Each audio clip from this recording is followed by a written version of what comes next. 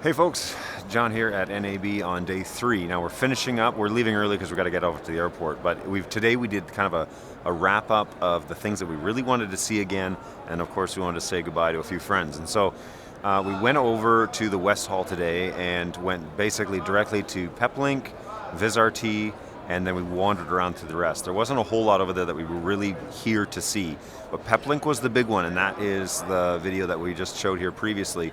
But it is the way that we're going to get our internet to and from our remote locations, and we're super excited about that. But outside of that, we came back here to Blackmagic, of course. We had a few more questions. We want to talk about integrating comms with ClearComm, and we got some answers on how to actually do that. So there's be some options there, might save us some money with infrastructure that we already have. The other thing was then we went over to BirdDog, and I wanted to get a hands-on demo of the actual keyboard and of the auto track that's integrated in X1, X4, and X5. And so we're going to talk about that on the show, about what the experience was.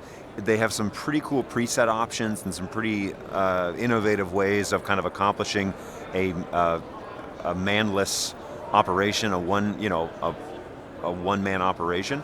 And so I was really interested to know, how do you do it, and how do you set it up, and what's the setting? So Dan, actually, the owner, former boss, and now just a good buddy of mine, gave me the tutorial on how to do that, and I'm going to walk you through on that on the show sometime later in the future. So a lot of stuff to talk about there. I also did get my hands on the keyboard, the brand new keyboard.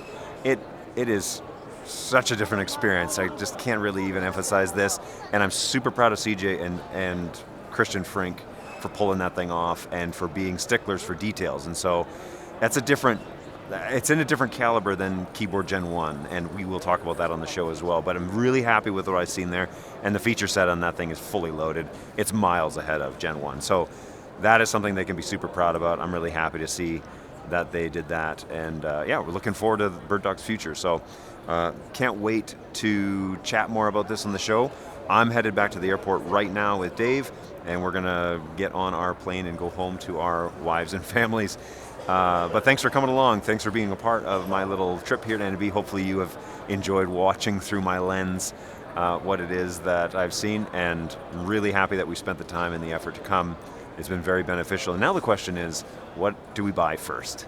So we'll be talking about all that stuff. I'm really excited about where we're going with Safe Harbor. I think, in terms of we just got lots of answers about products we already have, and now we have some vision for what the future might look like. So I'm pretty excited about that, and we'll share more of that as we kind of go along.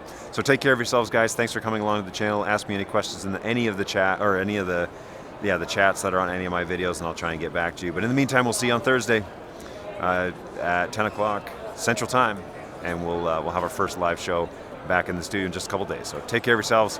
We'll see you next time. This is John, live from NAB 25, and hope to see you next year. Bye.